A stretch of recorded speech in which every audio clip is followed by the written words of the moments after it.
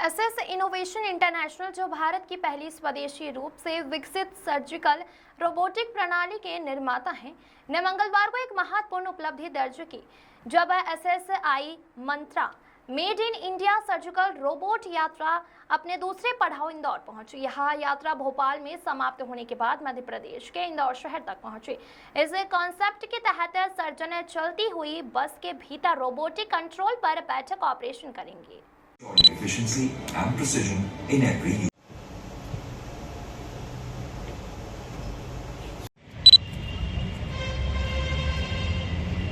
Sit in the bus. The world is on the brink of a new paradigm in healthcare. आगे ले रहा हूँ camera, हल्का सा कैमरा आगे ले रहा हूँ।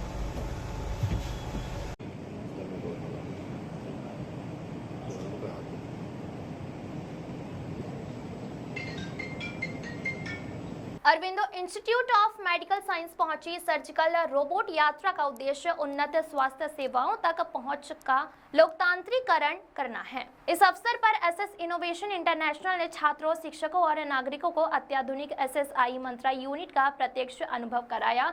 इससे न केवल चिकित्सा समुदाय को जोड़ा, बल्कि भारत की रोबोटिक सर्जरी नेतृत्व क्षमता का प्रत्यक्ष अनुभव प्रदान किया, आने वाली पीढ़ी को प्रेरित किया और वैश्विक स्वास्थ्य सेवा को आगे बढ़ाने के लिए एसएसआई की प्रतिबद्धता को मजबूत किया। इंदौर शहर ने 2 सफल टेली सर्जरी देखी, जो Aurobindo institute of medical science और IRCAD नेशनल सेंटर से मंत्रा यूनिट के भीतर से की गई। इससे उच्च सटीकता, सर्जिकल देखभाल की असाधारण क्षमता को प्रदर्शित किया। अरविंदो एंड भंडारी समूह के founder chairman doctor Vinod Bhandari ने बताया कि आज भारत ने एक बार फिर दुनिया को दिखाया कि स्वास्थ्य सेवा केवल भवनों और दीवानों तक सीमित नहीं है।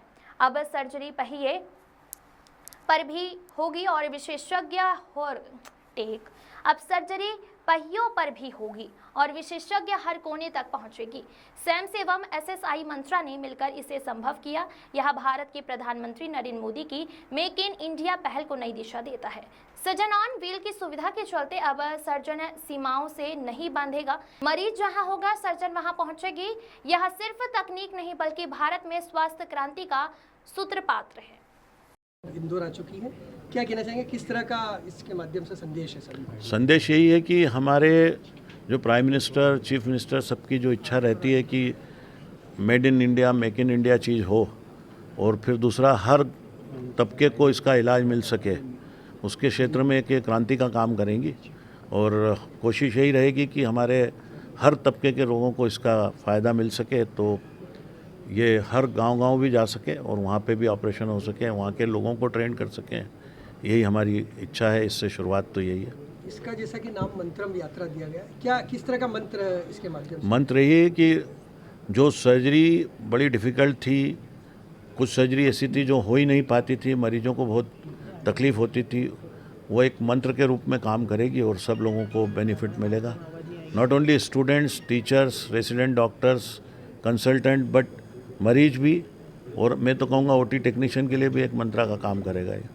मेडिकल स्टूडेंट्स को किस तरह से इस रोबोटिक सर्जरी से परिचित कराया जा रहा है इसके? मेडिकल स्टूडेंट के लिए अगर मैं कहूँ तो उनको तो बेसिक इसकी ट्रेनिंग सिमुलेटर पे हम दे रहे हैं और उसके बाद फिर इसको हम कैडेवर पे देते हैं और उसके बाद फिर उनको मरीज पे करने के लिए देते हैं। अभी तक कहाँ पर इस ये मंत्रम आपका जो यात्रा पहुँची है? अभी तो इंदौर से ही शुरू हुई है, अब आगे सब जगह पूरे इंडिया में जाने का प्रोग्राम है इसका।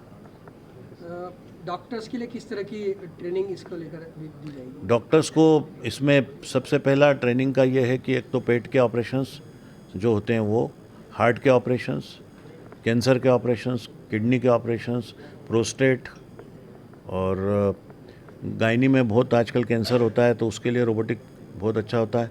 इसका आपको एक ख़ास बात बता दें कि ये 360 डिग्री पे काम करता है, तो सो दैट जो विज़न है वो आपको 360 डिग्री मिलता है, तो आप कोई भी छोटे से छोटा, सूक्ष्म से सूक्ष्म टिश्यू छोड़ नहीं सकते हैं और ना नुकसान कर सकते हैं। अगर नॉर्मल है तो उसको छोड़ देंगे, एबनॉर्मल है तो निकाल देंगे, और ब्लड लॉस बहुत कम होता है, रिकवरी फास्ट हो जाती है, तो मरीज घर जल्दी जाता है, अपने काम पे जल्दी लौटता है।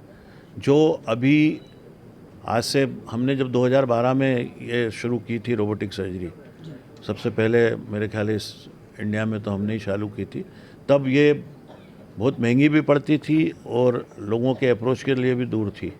अब ये जो मेड इन इंडिया रोबोट बन गया है तो कोशिश यही रहेगी कि कम से कम पहले हम मध्य प्रदेश में इसको हर जगह पहुंचा दें। और मैंने रिक्वेस्ट की है चीफ मिनिस्टर से भी कि इसको आयुष्मान में भी ले लें तो लोगों का फ्री में इलाज हो जाएगा, क्योंकि आजकल आयुष्मान के पेशेंट्स बहुत होते ही हैं, उनके पास कार्ड भी रहते हैं। और इसका ज़्यादा उपयोग एक प्रोस्टेट कैंसर में भी है, जिसमें तो लोगों को क्यूरेबल हो जाता है ट्यूमर। समय की बात की जाए तो जनरल सर्जरी और रोबोटिक सर्जरी में कितने समय का अंतर आ जाता है? समय का कोई अंतर नहीं है, समय तो ज़्यादा रोबोटिक सर्जरी में कम लगेगा ओपन सर्जरी से। और थोड़ा सा ट्रेनिंग की ज़रूरत है, अपन सबसे पहला काम ट्रेनिंग ही करेंगे और ट्रेन करके फिर उसके बाद लोगों को करने के लिए देंगे। आज इस प्रेस कॉन्फ्रेंस के माध्यम से आप क्या संदेश देना चाहेंगे सभी शहर के लोगों के लिए? पूरे विश्व के लिए और पूरे भारत के लिए और अपने मध्य प्रदेश के लिए एक ही संदेश है कि इसके लिए हर डॉक्टर पहले अच्छी अपनी स्किल सीख ले। हर पैराफिलिकर जो स्टाफ रहता है जैसे ओटी टेक्नीशियन, और वो भी अच्छा नर्सिंग स्टाफ वो ट्रेनिंग ले ले, रेसिडेंट डॉक्टर ट्रेनिंग ले लें। और ज़्यादा से ज़्यादा हमारे जो दूर दराज के मरीज़ हैं उन तक पहुंच के इसका उपयोग करें, इसका फ़ायदा दें उनको। और जो अनअफोर्डेबल है उनको कोशिश करें कि फ्री में भी इलाज करना पड़े तो करें। यही मेरा तो संदेश रहता, हमेशा ही यही है और इसी बेसिस पे अपन ये सब कर रहे हैं। Your name and designation? मैं डॉक्टर विनोद भंडारी हूँ, मैं फाउंडर चेयरमैन हूँ Aurobindo institute of medical sciences का। ये डॉक्टर मोहित भंडारी हैं, ये रोबोटिक एंड बेरियाटिक सर्जन है। डॉक्टर महक भंडारी हैं, ये रोबोटिक सर्जरी भी करते हैं, बेरियाटिक सर्जरी भी करते हैं और दूसरी रूटीन पेट की सर्जरी भी करते हैं।